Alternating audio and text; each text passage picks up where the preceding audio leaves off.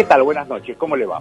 Aquí estamos, como todos los jueves a partir de las 20 por la 91.1 de FM o www.radioamadeus.com.ar, haciendo Adicciones Hoy. Y como siempre, durante la semana nos hablamos con el doctor Yaría para comentar distintos temas de actualidad, del deporte, qué opinaba sobre el debut de Argentina con Arabia, en fin, todas estas cuestiones que tienen que ver no solamente con el programa, sino que tienen que ver con la vida. Y entonces me dijo el doctor Yaría, dice, fíjate a ver si hacemos los últimos 2 programas, haciendo una especie de balance de estos 4 años de programa. Hace 4 años ya que estamos en la 91.1 Radio Amadeus, gracias a la gestión y al interés que ha generado el tema y cómo ha repercutido en Adolfo Crito, el dueño de la radio. Entonces, dice, fíjate si hacemos un balance de los últimos 4 años a hoy. ¿Cómo cambió todo? Entonces, claro, como yo sigo aprendiendo y escuchando a los que saben, digo, ha habido cambios. No sé en el mundo de las adicciones, porque ahí escucho, pero en el mundo, en todo el mundo, en la política, en la economía, en el deporte, fíjense, a Arabia le gana a la Argentina. Ha habido muchos cambios. El tema es que los cambios, a mí me parece que son de una vertiginosidad tal que a uno se lo llevan puesto. Entonces, yo miro a mis hijos y me doy cuenta qué trabajo cuesta estar actualizado con todo, fundamentalmente con la tecnología, ¿no? Pero también veo que ha habido cambios en la política, en la economía. Y bueno, ¿y qué pasó en el mundo de las adicciones? Hace 4 años empezamos este ciclo yendo a la radio 4 personas. El doctor Yaría, el doctor Baistrocchi, Carlitos Pérez Vidal y yo. Hoy quedamos 2. Ya es un cambio. Quedamos 2 de aquellos originarios. Y bueno, y seguiremos mientras Dios nos dé vida. En fin. Bueno, ¿y qué opinas, Yaría? En principio también estos 4 años es un reconocimiento a estos 2 grandes amigos que se han ido, pero que han dejado un recuerdo y que viven en nuestra memoria y en nuestro corazón.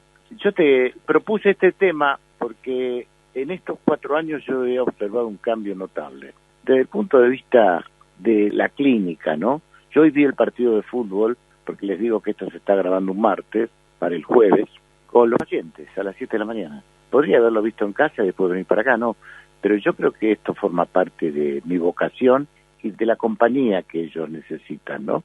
Estaba pensando en la necesidad que tienen muchos chicos de figuras que representan una cierta autoridad, porque uno de los elementos claves es el desvalimiento familiar que yo observo, ¿no? El desvalimiento familiar. Cuando uno analiza el tema de las drogas tiene que ver 3 aspectos: el agente, que es el producto químico, la persona y el contexto.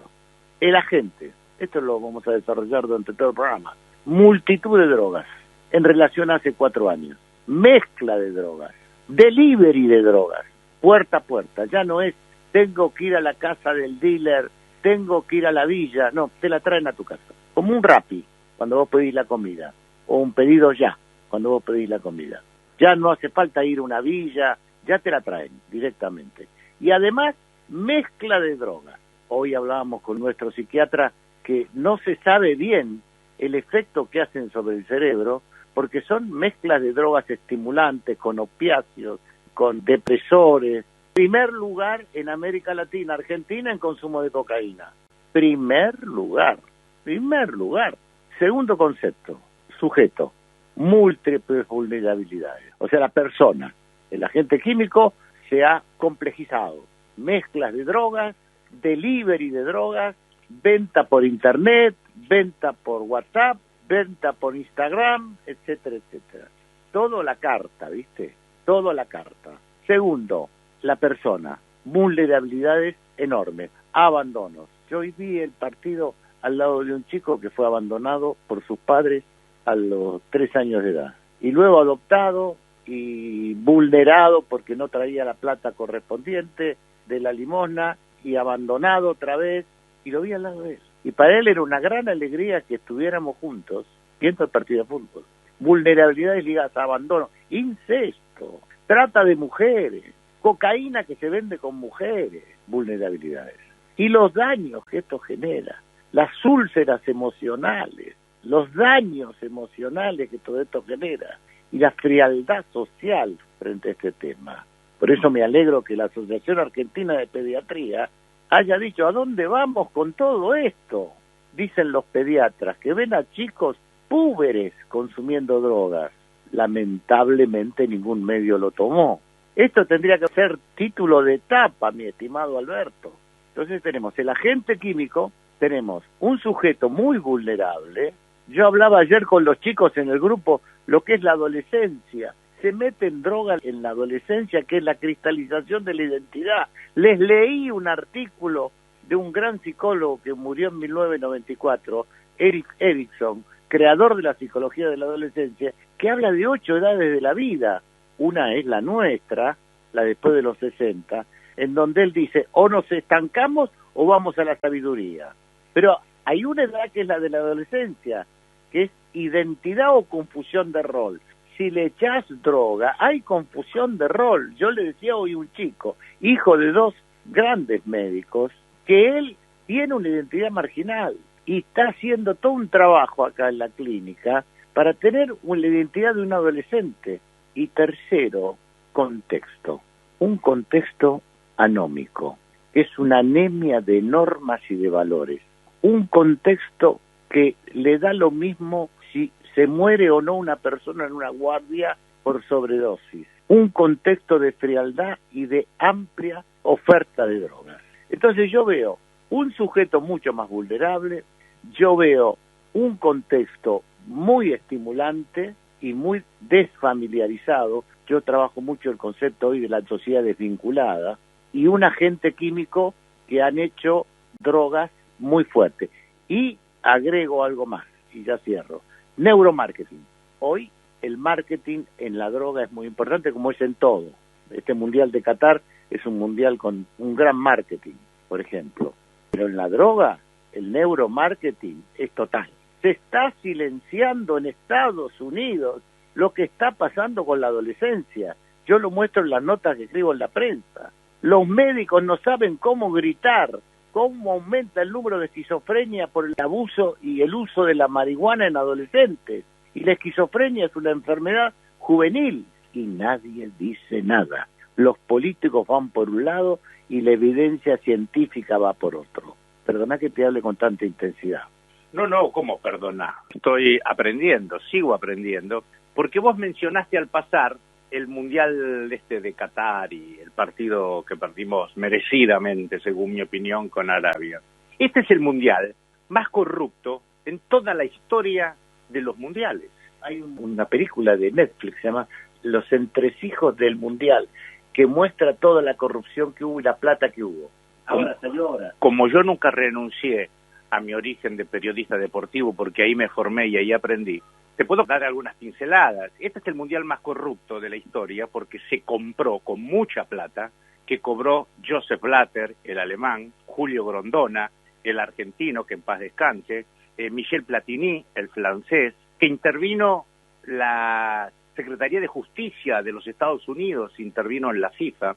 La FIFA es una multinacional muy importante, que maneja intereses políticos, económicos, con el pretexto del fútbol, que es una gran pasión. Y si no, fíjate, abrí la ventana y mira cómo está la gente por la calle, con la camiseta de Argentina, los hombres, las mujeres, los chicos, pero con una depresión, con una tristeza, no depresión, tristeza, que está justificada por la mala actuación. Perdóname la audiencia también. El otro día yo no recibí una contestación, pero vi el partido de Estudiantes de Buenos Aires y Instituto de Córdoba.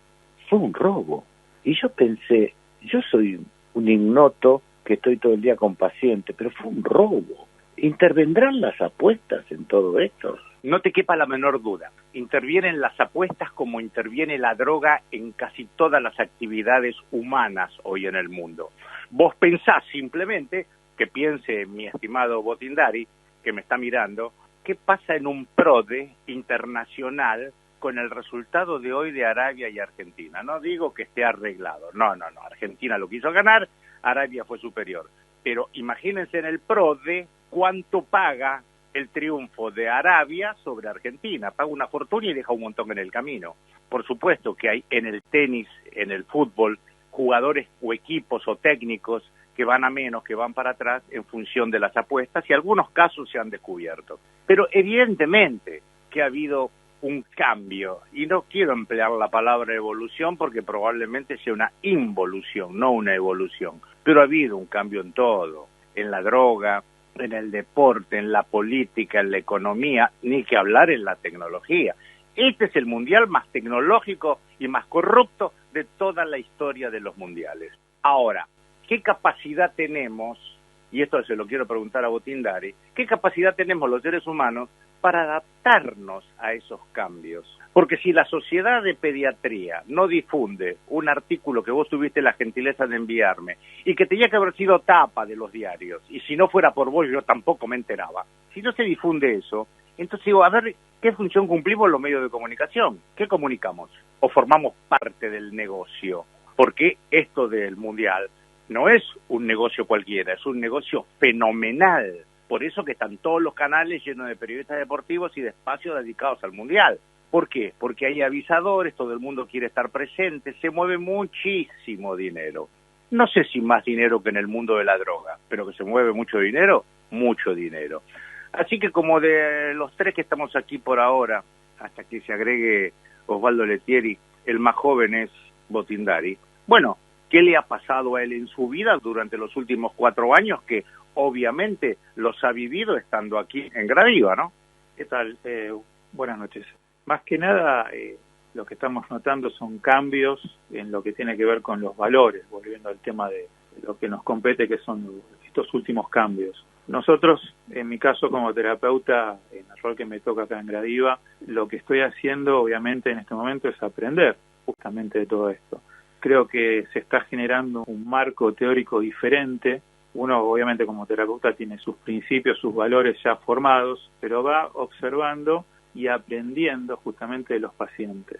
Vienen con otro tipo de cultura, con otros valores justamente, de lo que nosotros empezamos a aprender. Entonces, yo lo que siento que estamos como generando un nuevo marco teórico, aprendiendo de la nueva demanda, inclusive de las drogas. Eso se llama empirismo, es decir, a partir de la experiencia yo elaboro la teoría. Yo recordaba, mientras hablaba Botindari, un programa que hacíamos en Radio Excelsior con Juan Alberto Mateico, y me acuerdo que en una oportunidad, no me acuerdo qué comentario hice, y la conclusión fue: en la victoria, en el triunfo, uno festeja, solamente analiza en la derrota. Es más, hay un dicho futbolero que dice: equipo que gana no se cambia. ¿Y por qué no se cambia? Si está jugando mal y aún así ganó, ¿por qué no se va a cambiar? Entonces, digo, el mundo de las emociones supera la racionalidad en todos los niveles, porque hoy la Argentina está triste porque se perdió con Arabia y se mereció perder. Pero yo escucho también argumentos, que se podía haber empatado, que esto, que... Es decir, la emocionalidad. ¿Qué tiene que ver desde ahora, desde los últimos 4 años, desde siempre, con la racionalidad? Alguien me dijo una vez: nunca analices el voto desde la racionalidad. El voto, en cualquier orden, tiene un altísimo componente emocional. Lo pude comprobar en la práctica. Hay racionalidad, pero la emocionalidad se lleva por delante a la racionalidad. Y en el mundo de la droga, mi estimado Yaría, no me lo conteste ahora. Vamos a hacer una pausa, ponemos un poco de música y enseguida continuamos. Seguimos en Adicciones Hoy por la 91.1 de FM o www.radioamadeus.com.ar con el doctor Yaría, el licenciado Botindari. Y yo había dejado plantear una pregunta, que es: ¿en qué medida se puede racionalizar esto que estamos analizando frente a la emocionalidad, desde un partido de fútbol, desde una campaña publicitaria, desde un bajón anímico, de tristeza, de soledad, de melancolía, de depresión? ¿Cómo se analiza esto? ¿Es posible la racionalidad frente a la emocionalidad cuando yo estoy deprimido, triste, solo y me siento mal? Como vos contabas, ese chico que fue abandonado a los 3 años y lo volvieron a abandonar y lo volvieron a abandonar. ¿Cómo hago yo racionalmente para explicarle que es mala la droga? Yo creo que hay una segunda oportunidad. Yo creo que el paciente tiene que sentir a través del vínculo, que es la clave de todo. El 70% de una recuperación depende del vínculo humano que vos establezcas con el otro, que cada vez tiene que ser más empático y más importante. Te voy a interrumpir, fíjate lo que me terminás de decir. sentir el vínculo, no razonar el vínculo, es decir, la emoción. Sí, por supuesto. Vos no sos un técnico con él, sos una persona que de alguna manera lo acompaña en un cambio de ruta, porque la ruta de él es el suicidio. Y precisamente yo lo que aprendí en estos años, más allá de todos los libros que pude leer o estudiar, lo importante es encarnarme en él. Esto es un neologismo, ¿no? Encarnarme en él, ponerme en el lugar de la carne de él, de este chico apaleado por un padre adoptivo que no le trae la plata y que después lo abandona. Ponerme en la carne de él. Y el paciente siente cuando uno se pone en la carne de él. Hoy me decía este chico, ¿puedo empezar a trabajar aunque sea de repositor de un supermercado? Le digo, primero empecemos a estudiar. ¿Te das cuenta el lugar que me colocó a mí? ¿Qué te parece? Dificilísimo. No, pero ¿qué te parece? Está bien, te está pidiendo que lo ayudes, que lo apoyes, Que lo estoy orientando. que lo orientes. Es una terapia de guía, de ayuda, de poder ayudar a pensar a la persona. Repetilo eso, por favor. Es una terapia de guía, de ayuda, guiar a alguien, una ayuda, ayudar a pensar a la familia, al paciente, terapia de acompañamiento. Yo les voy a contar una experiencia, ya que tengo a 2 terapeutas de primerísimo nivel, consulta gratis, aprovecho la situación. Yo vi un desayunador los jueves. El jueves pasado tuve una experiencia fea, traumática. Se les da los jueves desayuno y ropa, a hombres, mujeres y chicos. Por supuesto que todo gratis. Hay 2 sacerdotes que trabajan muy bien, el padre Leopoldo y el padre Beto. De pronto los gritos que había en la calle nos llamaron la atención. Salimos a la vereda y había 2 que viven todos en situación de calle, que se estaban peleando. Hace un tiempo que no veía una pelea tan cerca como esta, a trompadas y con sangre. Lo único que yo escuchaba era, dame la plata, dame la plata. Me hizo mucho daño, me dañó tanto que me fui sin saludar. Y algunas de las chicas que trabajan ahí lo notaron. Se lo comento a uno de mis hijos y me dice, tené cuidado. No tanto por lo que te pueda pasar, tené cuidado con tu salud, porque esto te afecta. Pensá bien si seguís o no. Yo quiero seguir, doctor Yaría, licenciado Botindari, licenciado Letieri, yo quiero seguir, pero el episodio, desde el punto de vista emocional, me produjo un dolor, una sensación tan desagradable que estuve mal durante 2 días, porque vi en carne viva lo que es la miseria. Hay droga, hay alcohol, hay mucha pobreza, viven en la calle. Digo, ¿esto cómo lo manejo desde la racionalidad? Porque todo lo que yo vi ahí, dame la plata, era absolutamente emocional. Había un odio, una violencia, que me la transmitieron y me afectó. Entonces, ustedes son los terapeutas, cuéntenme. Qué lindos que son. Esto tendría que ser por televisión porque uno le está diciendo al otro, contestale vos.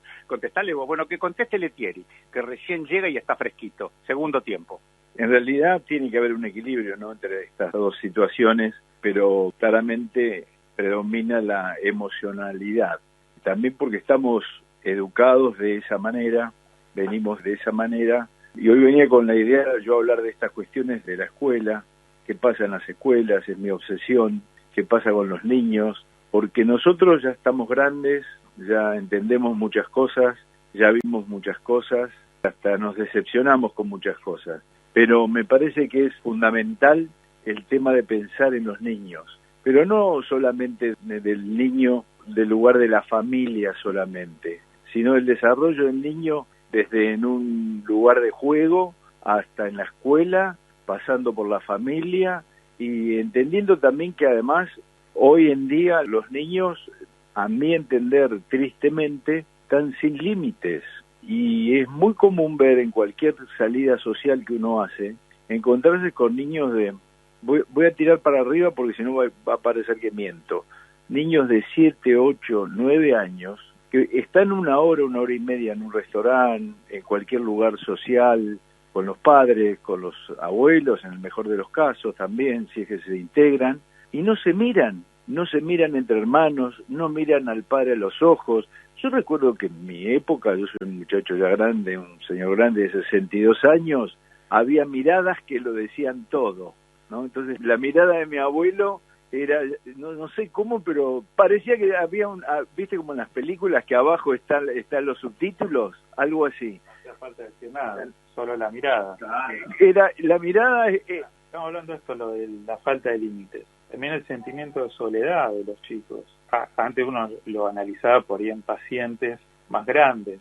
Tenemos chicos adolescentes que ya tienen el sentimiento de soledad, de sentirse solos. El sentimiento, uno de los más profundos y los más necesarios de aliviar, que es la angustia. Y ahí es donde aparece lo que hablamos. Claro, la soledad lleva una angustia. Está bien, puede estar conectado con un ruso, pero si no lo ve, es otra cosa. Entonces, ahora esa angustia no es, como se decía antiguamente, moco de pavo. Esa angustia cuando empieza a los 9 o 10 años. Una de las consultas más importantes en las escuelas mixtas de niños de cuarto a sexto grado es el bullying, permanente y diario. Con eso creo que te digo todo, que es la violencia infantil. Hay algo que me parece que es muy interesante, ¿no? Dejad que los niños vengan a mí, dice el Nuevo Testamento, y el que no sea como un niño no entrará al reino de los cielos. Pero el Nuevo Testamento no quiere decir que tenemos que mantenernos en los 3 o 4 años. No, es muy progresista lo que dice el Nuevo Testamento.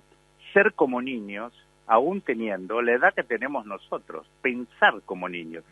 Hay una frase de mi nieta que tiene 5 años y qué más puedo hacer que adorarla, que hace temblar a los padres, a los abuelos, a los tíos, cuando dice estoy aburrida. Cuando dice estoy aburrida, veamos con qué tapamos su aburrimiento. Y me quedo con esta frase antes de ir a la pausa.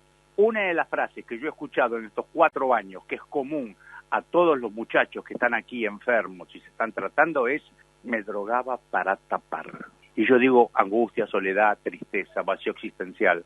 ¿Cómo hacemos para resolverlo? O por ahí es más práctico y más fácil taparlo. Hacemos una pausa y enseguida continuamos. Música, Ricardo, por favor. Seguimos en Adicciones Hoy por la 91.1 de FM o www.radioamadeus.com.ar. Adicciones Hoy. Y quedó pendiente una pregunta que surge sola, doctor Yaría. ¿Cómo resolvemos? ¿O es más rápido tapar, aunque en el largo tiempo nos haga daño? Yo tengo 2 respuestas. Una, la primera tuya, y otra, la que estábamos hablando antes. Yo creo que una cosa es que un chico diga, abuelo, estoy aburrido, a que el aburrimiento no tenga a quien contárselo. Ese es el gran problema de hoy. Porque si vos tenés un nieto que te dice, abuelo, estoy aburrido, él te está demandando algo. O sea, tomándolo de los evangelios, el primer valor central de la cultura cristiana es el amor. Dios es amor. Y el chico es la encarnación del amor. El chico crece bien con la encarnación del amor. Por lo tanto, una de las cosas fundamentales es, no hay otro. Tenemos un paciente, le digo, ¿qué te pasa? Estoy vacío. Pero es la tercera vez que te vas de acá sin el alta y llegás a tu casa y te tomás un litro de Fernet. Te vas al chino y buscas un litro de Fernet. ¿Y sentís alegría con el Fernet? No, me duermo. 2 días duermo y termino en un sanatorio. Y ahora quiero hacer un tratamiento en serio. Es vacío puro, sin otro humano, y aparece la química. El versus del amor es el odio. El gran tema de estos chicos de hoy, ese chico que yo te contaba, que se sentó al lado mío viendo el partido y que fue golpeado, masacrado por sus padres, es un chico que vivió después en una plaza con una faca y delinquiendo. El gran tema es el odio. O sea, cuando no hay amor, aparece el odio contra sí o contra otro. Y él está aprendiendo acá, y él lo reconoce, a amar, porque se siente amado. El gran problema de hoy es el amor, es el otro, es que exista otro. La cultura posmoderna, al hecho del individualismo y de la inexistencia del otro, su pauta fundamental. Entonces, yo creo que tu nieta, felicitate que te dice, abuelo, estoy aburrido, te está demandando algo. El problema es que hay mucha gente aburrida que o lo busca en un chino, en una botella, o no tiene forma. Y hay otros que son rechazados, que es lo que más me preocupa hoy, y que son odio puro. Ayer me decía el profesor de gimnasia, después de hacer una clase conmigo, dice, mire, lo tengo que llamar, porque estaba en un colectivo y voló un piedrazo y hirió a una transeúnte. Eso era puro odio, puro odio. Pasa un colectivo y le tiran un piedrazo. O sea, ahí está pasando algo grave. algo grave está pasando que significa, o como el resultado es que en la Argentina muera más gente en accidentes de tránsito que de cáncer en los hospitales. Y esto tiene... Pero además hay otra cosa, yo te lo mandé esta semana, Argentina y España son los países de más baja natalidad del mundo. O sea, tanto nos ocupamos de los jubilados que vamos a ser en pocos años un país de gente mayor y no se va a reponer la población. Estamos en 1,9, cuando la población se repone ahí con 2,1. O sea, ¿para qué tener un hijo? El hijo es algo sagrado, pero no hay hijos. Es por la pobreza, es porque somos individualistas. Algo está pasando, mi querido Alberto. Bueno, fíjate que en China, por ejemplo, vos tenías más de un hijo y te cortaban el pito. Pero ahora te obligan a tener más de 3. Ahora te obligan a tener 3 porque se desenvejeció la población. En Francia vos entrabas con un perro a un restaurante y eras bienvenido. Entrabas con un chico y te miraban con mala cara porque el chico molestaba. Hoy subsidian el tercer hijo. La Argentina es el país de más baja natalidad, con natalidad negativa de América del Sur. Esto repercute en los sistemas de seguridad social, sin entrar en los valores morales, simplemente en las cuestiones políticas, económicas y sociales. Hoy no hay activos para mantener a los pasivos, por lo tanto, en muchos sistemas de seguridad del mundo. Por lo tanto, los sistemas de seguridad, o sea, los jubilatorios, están quebrados, porque además ha crecido mucho la informalidad. La pregunta es, ¿pero para dónde vamos? Todo esto que estamos analizando nosotros, ¿es producto de nuestra genialidad? ¿Somos los únicos que lo ven? ¿O todos los tipos que están trabajando en organizaciones mundiales no se dan cuenta de esto? Yo no creo en los Reyes Magos. No, yo me quedé pensando por ahí en esto de los cambios. Me parece esto es lo que estamos hablando, el tema de la soledad, lo contrario al amor, o sea, el aburrimiento no resuelto. Aparecen muchos casos, como los pacientes que tenemos acá, la droga genera una entidad, es como una personalidad que se arma frente a este vacío que presentan los pacientes. Vamos a ir a una pausa, mi estimado Letieri, porque está mirando el programa, yo quiero que lo protagonice. Nosotros, de alguna manera, cuando hablamos de soledad, de tristeza, si a uno le da una pastilla para resolver eso, ¿cómo la va a rechazar? Me comentaba antes de comenzar el programa el doctor Yaría que hay un médico que yo conozco y que vos también conocés, que toma 4 miligramos de clonazepam por día. ¿Por qué?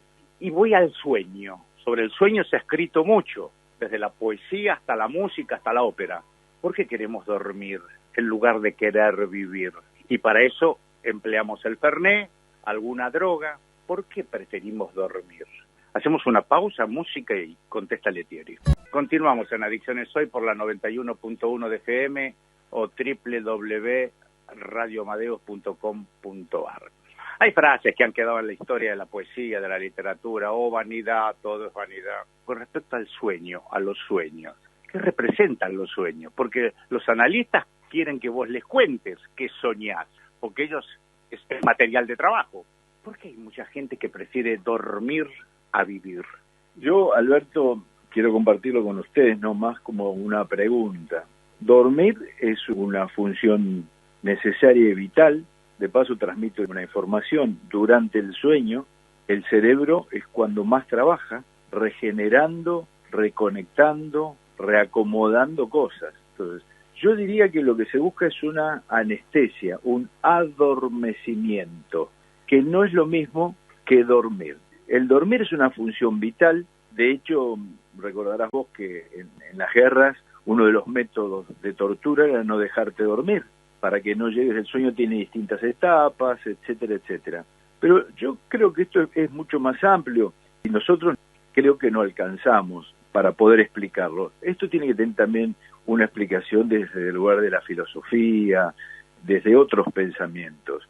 Porque hablamos de los niños abandonados, hablamos de los mayores abandonados, los que hemos y aún estamos superando pérdidas, por ejemplo, yo la de mi madre. Cuando yo llegaba a verla a la casa donde estaba, que en principio era una residencia de adultos, yo me sentía casi un rockstar, porque los hijos no iban a ver a los padres. Entonces era un abandono. Entonces yo digo, los niños un poco abandonados, los abuelos abandonados, los padres corridos del rol protagónico de los límites. Por ejemplo, hoy en día es muy común escuchar que los adolescentes les dejan las casas, gente de incluso de muy buen poder adquisitivo, le dejan las casas, los padres se retiran y pase lo que pase.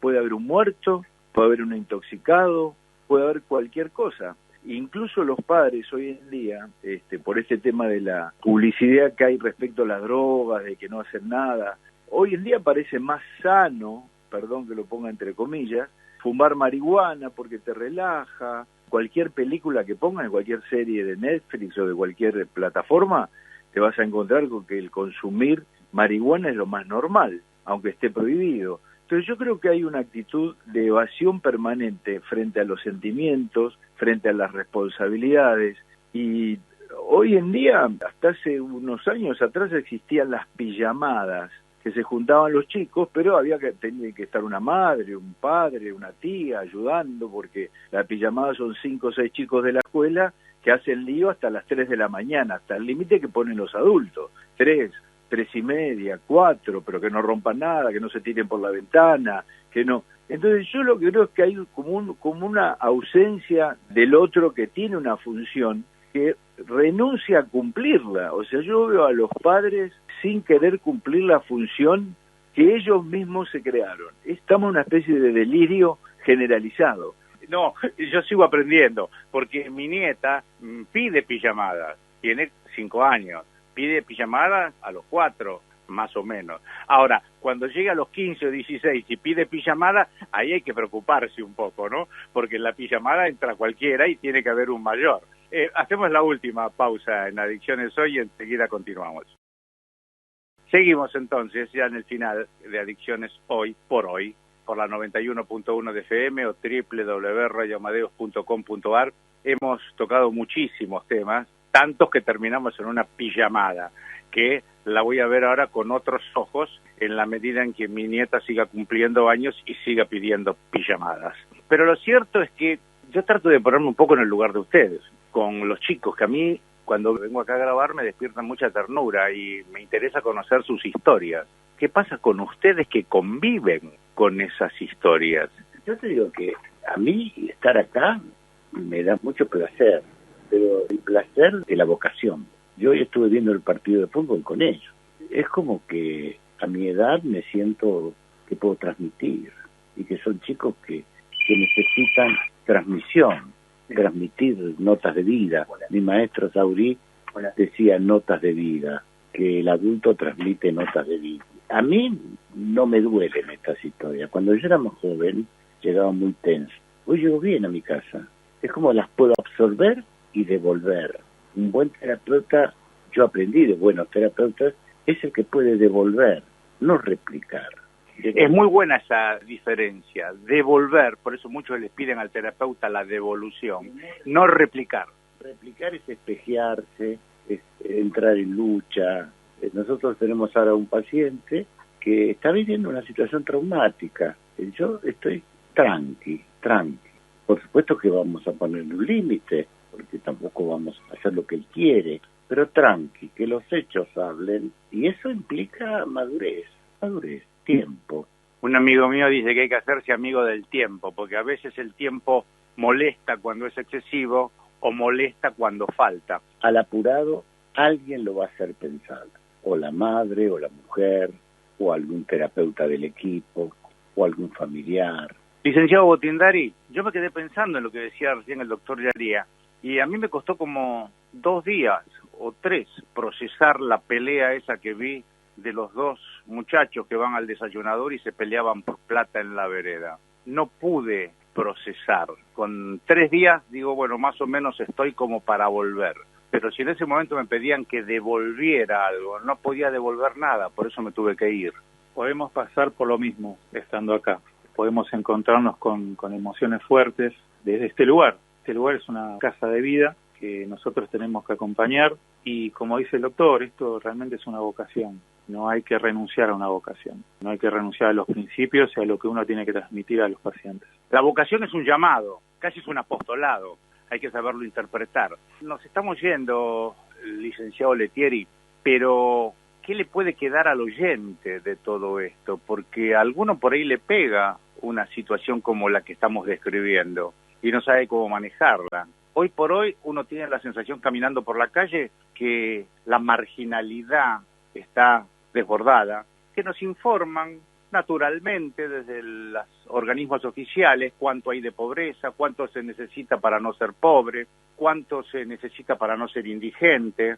La escuchaba el otro día a la vicepresidente decir que sabe que los jubilados no ganan lo suficiente, y yo dije, esto es una burla, porque mi nieta, que tiene 5 años, sabe que los jubilados no ganan lo suficiente. Entonces, ¿uno cómo procesa todo eso y devuelve amor sin cargarse de odio?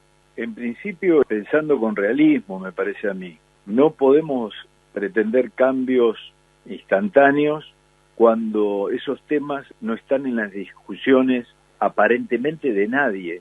Yo cada vez miro alguno que otro noticiero, uno que otro programa, están todos dirigidos a la diversión, a un premio en dinero o en un auto, y no hay ningún lugar donde se invite a pensar, a contar historias de personas. Y después también hay que entender, volviendo un poquito a lo anterior, ¿no? Nosotros recibimos personas jóvenes y no tan jóvenes, personas de distinta clase social, y lo que uno descubre es que en donde ellos se ven mirados, en el sentido de que sostenés la mirada, están todo el tiempo demandándote. A mí lo que me cansa es físicamente, porque no sé, debo hacer 30 entrevistas por día, 40 entrevistas por día, pero no terapias. O sea, yo estoy en un sector donde un paciente viene y yo le digo, pero esa remera te la vi ayer puesta. Me dice, sí, dale, anda a cambiártela, le digo yo. Y eso es un acto terapéutico, pero también es un acto de amor, es un acto de ser mirado. Y a mí eso realmente me llena. Me puedo ir cansado a veces físicamente porque subo y bajo escaleras, pero cuando ellos dejan las drogas, yo te diría a los 15 días, en la gran cantidad de los casos, 30 días, ya son otra persona. Te digo, experiencias de tener pacientes que llegan acá traídos hasta por la policía, porque tienen que hacer pedidos judiciales la familia, porque se estaban atrincherados en el departamento y no se quieren ir, etcétera. Y ese mismo muchacho a los 15 días que ya está teniendo visitas con las 2 tías. Por ejemplo, este fin de semana hubo un muchacho que vivía armado, etcétera, de clase media o medio alta, con algunos problemas de familia, algunas dificultades, etcétera. Está recibiendo visitas de las 2 tías, de la madre, del padre. El otro día me pidió hablar con el abuelo. Sí, espera, dame el número, ¿te lo acordás? Se acordaba el número del abuelo. Ya me pareció una cosa fantástica que se acordara el número del abuelo. Agarré mi celular, lo llamé al instante al abuelo, el abuelo me atendió, le cuenta que lo habían robado. El tratamiento es algo, a veces decimos nosotros un poco en chiste, este es un tratamiento fácil para personas difíciles. Lo que yo creo que está difícil es el entorno, porque vuelvo a insistir, mi preocupación es, pareciera que todo el mundo busca distraerse. Y estamos hablando de las drogas, pero la gente no puede dejar el teléfono para no ver el Instagram. Es común ver gente mirando tele mientras mira el Instagram. ¿Y qué miran el Instagram? ¿Qué sé yo? Desde recetas hasta la ropa. ¿Cómo hace para estar en 2 lugares a la vez? Yo creo que, digamos, me parece que hay que parar un poco, pero no veo que nadie esté promoviendo esto. A veces me siento un poco raro y le pido disculpas a los oyentes, que estoy pidiendo, y si nos pensamos un poco, y si pensamos quiénes somos, para qué estamos, a dónde vamos, qué queremos, qué nos hace bien, qué no nos hace tan bien.